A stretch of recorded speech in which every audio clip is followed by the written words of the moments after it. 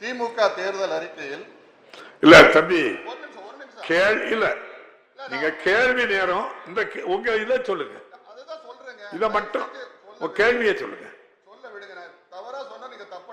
இல்ல இல்ல தவறு இல்ல, நான் மாண்புமிகு உறுப்பினருக்கு அன்பா சொல்றேன். அமைச்சர் அது முடியாது இருக்காங்க, மறுபரிசீலனை பண்ண சொல்லுங்க, அவ்வளவுதான் கேள்வி.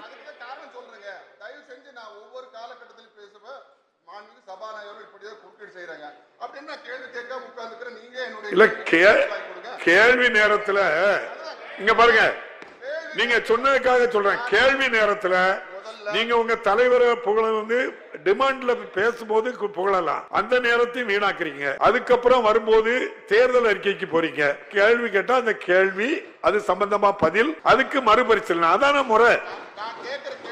கேளுங்க, இப்ப கேளுங்க தானே சொல்றேன், கேளுங்க.